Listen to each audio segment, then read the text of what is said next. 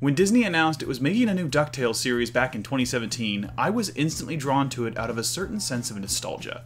It had been years since I'd seen the full Duck family, in any form, animated together.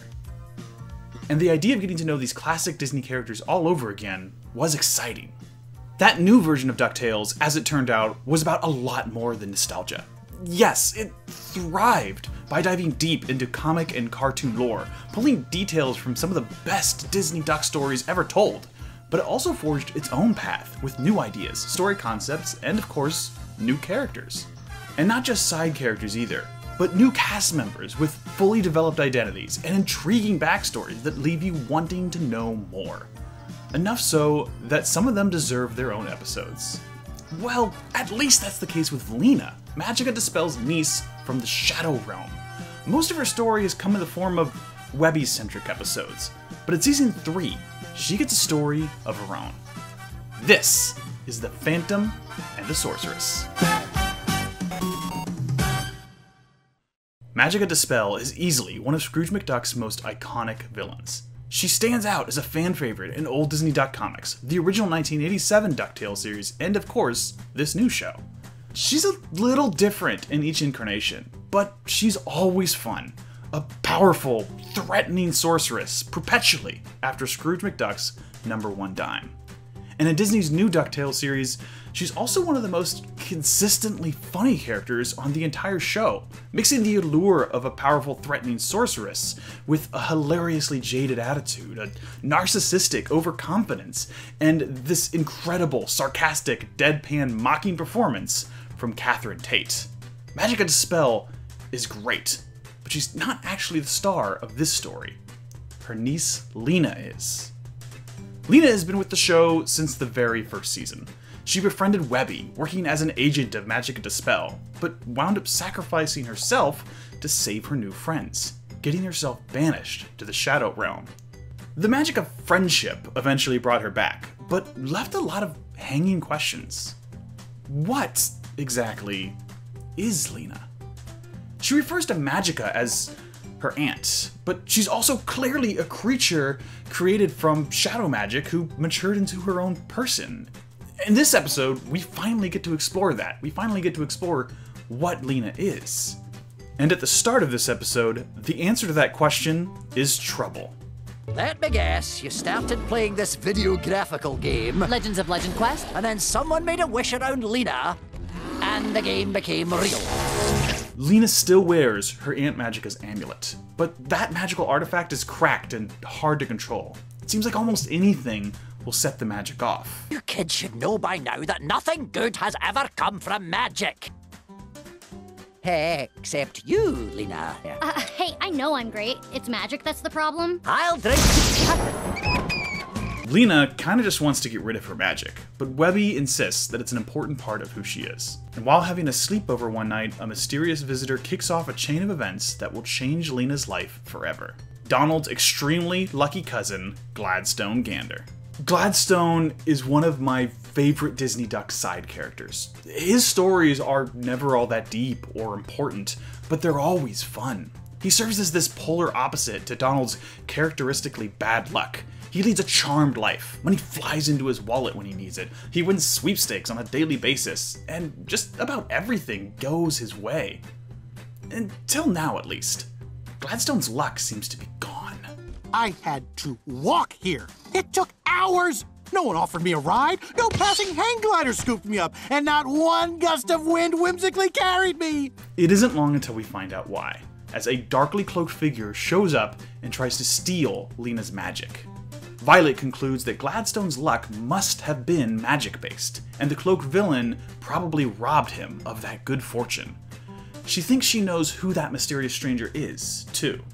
Any well-read student of the supernatural knows the Phantom Blot. He's a thief, a magic hunter. If that name sounds familiar, it's because the Phantom Blot isn't just a one-off DuckTales antagonist. He's one of the most infamous villains in Disney comic book history. And while the Phantom Blot has never really been the main big bad of a theatrical Disney film, he's been around for decades, since the late 1930s, actually. He first appeared in the old Mickey Mouse comic strips, right here, as a criminal mastermind, one with a genius-level intelligence, dangerous hypnotism skills, and considerable talents in art, science, and deception. On top of all that, his dark cloak and rarely seen face give him a distinct air of mystery. The comics seem pretty clear that he's just a man, but as a reader, there's always this idea that there's something unreal about him, making him a thrilling adversary in almost every story he's a part of. In this story, he's wielding some kind of gauntlet that steals magical powers. For Lena, who's sort of made of magic, that's a problem. To fight back, Lena is going to need to become a sorceress. But I can't control it. Then we'll have to go to someone who can teach you how. Oh no, no. But if Lena's going to become a sorceress, she needs to be trained. And there's only one other sorceress that she knows. Lena! Give me the amulet! That's right, nobody else but her Aunt Magica De Spell, who's been living alone and powerless in a swamp. But she's still as petty as ever. Now you're susceptible to vampires. Magica wants nothing to do with Lena, unless Lena's there to give her back her magical amulet. And she certainly doesn't want to train the Shadow Child who left her powerless.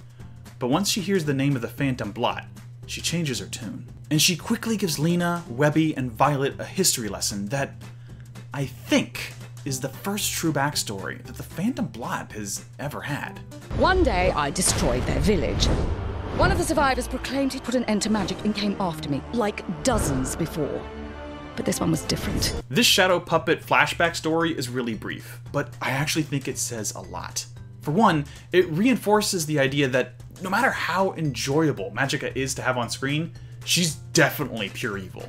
She subjected a whole village to her rule, and when it merely started to bore her, she destroyed the entire community on a whim, ruthlessly, and for nothing more than her own entertainment.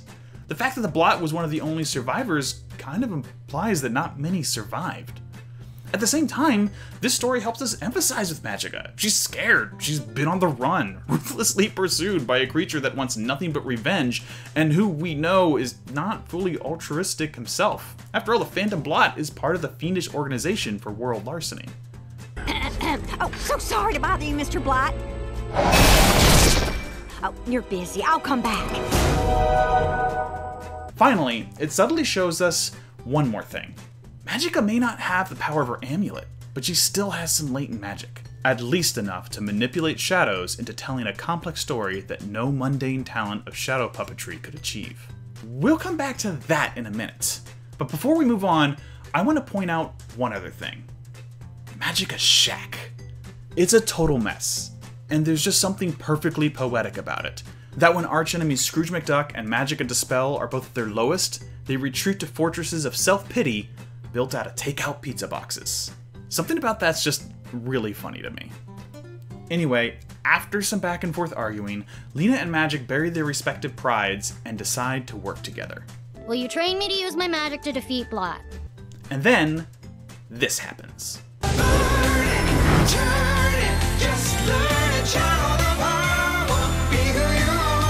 On the one hand, this is the perfect example of a classic montage, cutting back and forth between different events, showing just a little bit of improvement each time we return to a task we've seen before. But what really took this to the next level was the song. Lena's Train is scored to the most 1980s motivational pop ballad I've ever heard.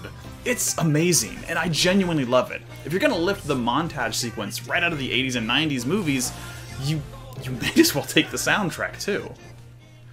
But during the course of her training, Lena doesn't just learn how to use Magica's amulet. She discovers something else. Hey, why is the color of my magic blue sometimes? It's the color of your personal magic signature. All sorcerers have one. It turns out that Lena has some magic that's her own, but she has some trouble controlling it. But she doesn't have much time to figure that out, as the Phantom Blot shows up and she can't get to Magica's amulet in time. There's a lot of fun in this fight. From the way Magica tries to distract the Phantom Blot with card tricks, to how Gladstone lives out his own worst nightmare, losing so much of his luck magic that he turns into his perpetually unlucky cousin, Donald Duck. showing Gladstone what his life might be like if it were not for the grace of his supernaturally good fortune. But the most important part of this fight is when the Phantom Blot gets a hold of the amulet and starts draining it, and Lena starts to fade from existence. This is important because it tells us a lot about who Lena is. Magica has said a few times that she brought Lena into this world, and yet she's only Lena's aunt, not her mother somehow. At the same time, Lena's existence relying on the amulet's power doubles down on the idea that she's made of magic. Magica's magic. And as soon as this moment confirms this to us, Lena changes the rules. Magica instructs Lena to find the source of the magic, but when she searches her past, she rejects the source of the magic that created her, Magica's power, and replaces it with the magic that's freed her from Magica again and again. Her own blue magic. And yes, it is the power of friendship, because as we all know, friendship is magic. That's basically a long way to say that Lena has outgrown whatever Magica did to bring her into this world. It confirms that she's more than just a shadow creature created by the amulet to do Magica's bidding, but her own person with her own magic, and it's now that power that sustains her. But it might actually be bigger than that. Remember earlier in the episode when Magica was telling the story of the Phantom Blot? She was using some kind of innate shadow magic without the need for her amulet. And before that, she says two things. You are a little shadow creature and have no chance against him. Give me the amulet! She also says this. Perhaps something about how you're a disgrace to our family legacy and a complete magical failure, so you've decided it's best to just give me my amulet! This might be a little bit of a fan theory, and maybe a stretch, but this has me wondering. What if Lena isn't the only shadow creature that learned to sustain herself on her own innate magical power? After all, with all her supposed magic stripped of her, Magica De Spell can still manipulate shadows as if it's a natural talent. And although she has tried to brush off the familial relation with Lena in the past, she'll still acknowledge, almost in the same breath, that Lena is part of her family legacy. And she's also a little shadow creature.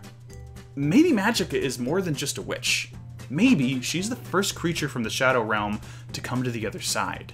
And her niece Lena was the second. Okay, yeah, that's a bit of a stretch, and maybe I'm overthinking it.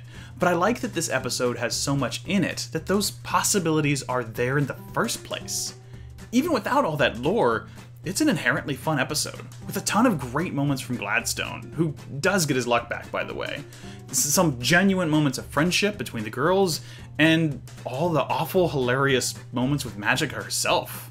If there's anything I don't like about this episode, it's, well, this.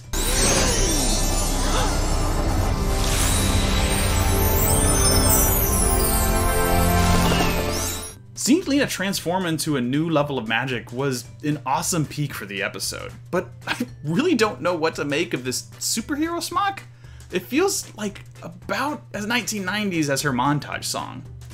That said, there is something interesting here. Not only is her hair and clothes and magic blue, but now so are her eyes. A few episodes back, when Boyd got control of all his robot abilities, his eyes turned blue as well. I kind of wonder if that's going to tie into anything later on.